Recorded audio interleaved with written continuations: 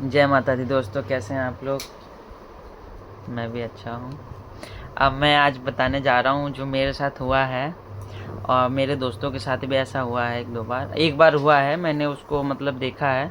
जब हम बाइक लेने जाते हैं, नया बाइक शोरूम पे जब जाते हैं हम उसको लेने के लिए, तो वो लोग जैसे बताते हैं ना कि ये एक शोरूम प्राइस इतना है, उसके बाद ये इंश्योरेंस का इतना लगेगा। जैसे 5-6 एक नॉर्मली एवरेज का 1 लाख की अगर बाइक है तो 6-7 हज़ार के आसपास का इंश्योरेंस का आता है, 6-6.5 हज़ार 7 हज़ार के आसपास। तो वो बताते हैं कि शोरूम प्राइस आपका इतना है, मतलब मान लीजिए 85,000 रुपये आपका शोरूम प्राइस हो गया बाइक का। फिर वो बताते हैं कि सर 6,500 इंश्योरेंस का आएगा, और उसके बाद वो लोग बताते हैं कि आरटीओ का टैक्स जाएगा। ये सब तो खैर वो बताती है और सबको पता है, ये तो जाता ही है। पर वो लोग क्या करते हैं ना, इसी में हमसे ज़्यादा पैसा ले लेते हैं और प्रॉपर एक चीज़ बताते नहीं हैं। कई ऐसी चीज़ें हैं जो मतलब क्लियर खुल के नहीं बताते, अगर आप उनसे कहेंगे तो मना कर देते हैं। और ख़ास करके जब मेन जो शोरूम वाले जब हमसे क्लियर नहीं बताते और हम पूछते भी हैं, तो वो फिर हम लोगों के साथ मतलब सही तरीके से वो नहीं वो करते हैं। और अगर हम ईएमआई कराते हैं तो ईएमआई वाले भी और शोरूम वाले सबकी वो मिली भगत होती है, वो भी बहुत अच्छे से हम लोगों को काटते हैं हमेशा। क्योंकि जो फाइल चार्ज लगता है उसका कभी रसीद हमें नहीं देते हैं। स्लिप जो होता है, जैसे अगर हम गए बाइक लेने शोरूम पे, तो जो शोरूम प्राइस जो इंश्योरेंस का है और जो रोड टैक्स जो जाता है आरटीओ को, वो तो हमें देना ही होता है। उसके बाद क्या होता है कि हम लोन कराते हैं, ईएमआई कराते हैं। जितना भी डाउन पेमेंट करते हैं 10,000 20,000 30,000 नॉर्मली जो हम लोग कर लेते हैं, तो उसमें क्या होता है, जैसे जिस भी कंपनी से हम लोग कराते हैं वो लोग फाइल चार्ज मोटा काटते हैं। 3,000 4,000 5,000 को भी कोई कोई तो 5,500 6,000 भी ले लेता है। उसका कभी स्लिप नहीं देता हमें।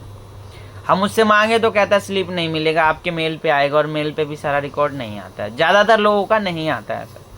शायद किसी का आया होगा तो ये अलग है, बट नहीं आता। मेरे भाई के साथ ऐसा हुआ था। एक दोस्त है मेरा, उसने उससे वो बाइक लिया था एल&टी फाइनेंस से। उन लोगों ने क्या किया था कि जो बाइक की वैल्यू थी उस टाइम, जो इंश्योरेंस का सब कुछ मिला के उसका ईएमआई बना दिया।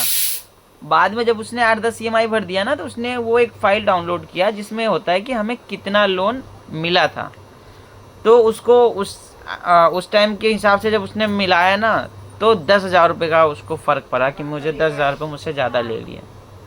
तो क्या ये सही ऐसा होता है कि जब हम शोरूम पे जाते हैं, क्या आप लोगों के साथ ऐसा हुआ है कि जब भी आप लोग शोरूम पे जाते हैं बाइक लेने के लिए या 4 व्हीलर लेने के लिए, तो एग्जैक्ट अमाउंट आप लोगों से नहीं एक्स्ट्रा ही लेके चलते हैं? बेशक आप किस्त पे भी लेंगे तो भी, किस्त पे लोगे तो आपको लोन वाले उसी टाइम लूटेगा अच्छे तरीके से। जो इंटरेस्ट है वो तो आप जिस भी कंपनी से आप ले रहे हैं, बैंक से वो या थर्ड पार्टी जो होते हैं, जैसे जिनको हम एनबीएफसी बोलते हैं, वो तो जो ब्याज ले रहे हैं उनका तो है ही। मान लीजिए अगर 1 लाख 2 लाख जो अमाउंट है उसका तो ब्याज जो हम दे रहे हैं वो तो है ही।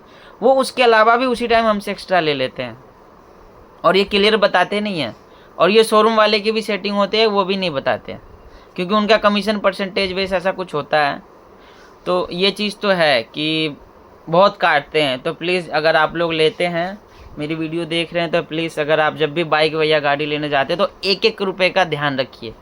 क्योंकि आप 1 मिनट में मतलब आप लगा लीजिए कि आधे घंटे के अंदर आपसे वो 3,000 5,000 10,000 रुपये आपसे निकाल लेते हैं। और वही पैसा अगर आपके पास पैसा है तो किसी को दे सकते हैं आप भले के लिए, तो उसको बहुत काम आएगा। तो ये चीज़ ज़्यादा अच्छा रहेगा कि हमसे कोई प्यार से बोल के और ऐसे हमें लूट लेता है ना, तो अच्छा नहीं लगता है। ऐसा रियल होता है सर, ज़्यादातर शोरूम वाले तो लूटते ही हैं। अगर जिनके साथ ऐसा नहीं हुआ है तो प्लीज़ कमेंट करके बताएं कि हाँ मेरे साथ ऐसा नहीं हुआ है, शोरूम वाले ने मुझसे 1 रुपये भी ज़्यादा नहीं लिया है। जो प्राइस था, जो आरटीओ का टैक्स जा गया, आरटीओ का टैक्स जब जाता है तो एक स्लिप मिलती है ऑनलाइन, जो स्लिप पर्ची कटती है ना जब हम रोड टैक्स भरते हैं, तो एक स्लिप निकलती है, जो उस पर वैल्यू है वही होता है, उसके अलावा नहीं होता। अगर आपको शोरूम वाले बताते हैं कि ये शोरूम पे आरटीओ की पर्ची है, इतना आपका पैसा आरटीओ का है, इतना आपका इंश्योरेंस का है, और इतना आपका बाइक का शोरूम प्राइस है, इसके अलावा वो जो भी जोड़ते हैं सब वो अपना लूटमारी करते हैं, एक्स्ट्रा कमाई करते हैं वो लोग। क्योंकि एक वो बता रहे थे शोरूम वाले, जब मैंने खुद बाइक लिया था, कि जो हम लोन कराते हैं ना, तो एक फ़ाइल बनता है, फ़ाइल होता है जो आरटीओ ऑफिस में जमा होता है, उस फाइल को ले जाने के लिए 700 रुपये लेते हैं एक लोगों का। अब सोचिए महीने में, और वो भी आरसी कब देते हैं, महीने, 1.5 महीने, 2 महीने में आपको आरसी मिलेगी।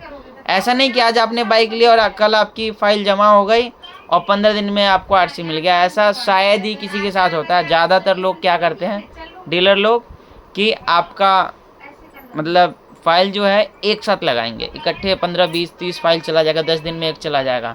अब सोचिए कोई एक बंदा फ़ाइल लेके जा रहा है, अगर 10 दिन में भी वो लेके जाता है एक, तो 10 फाइल कितने का होगा, 7,000 रुपये का।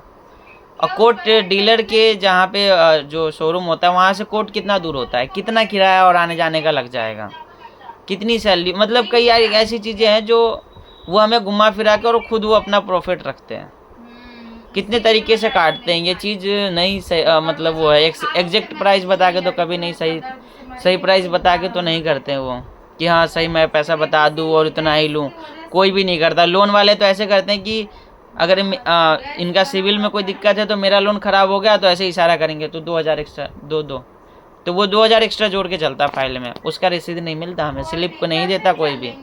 अगर आप लोग लेते हैं बाइक तो प्लीज़ स्लिप लेके देखिए 1-1 रुपये का, फिर आपको पता चलेगा शोरूम वाले और इंश्योरेंस वाले कैसे व्यवहार करते हैं। इंश्योरेंस वाले नहीं, सॉरी, जो EMI करते हैं, लोन वाले जो बैठे होते हैं NBFC वाले, ये नए बंदों को बहुत अच्छे तरीके से काटते हैं, बहुत अच्छे तरीके से। जो फाइल चार्ज लेते हैं उसका बिल्कुल भी स्लिप नहीं देते हैं। आप लोग प्लीज़ इसका ध्यान रखिएगा। अगर जिनके साथ ऐसा फ्रॉड हुआ है तो प्लीज़ कमेंट करके बताएं, और आगे से इन लोगों के साथ खास करके थोड़ा ध्यान रखिएगा कि एक्स्ट्रा पैसे ना दें इनको, एक साथ 3,000 4,000 रुपये, बहुत मेहनत से पैसे आता है। धन्यवाद वीडियो देखने के लिए।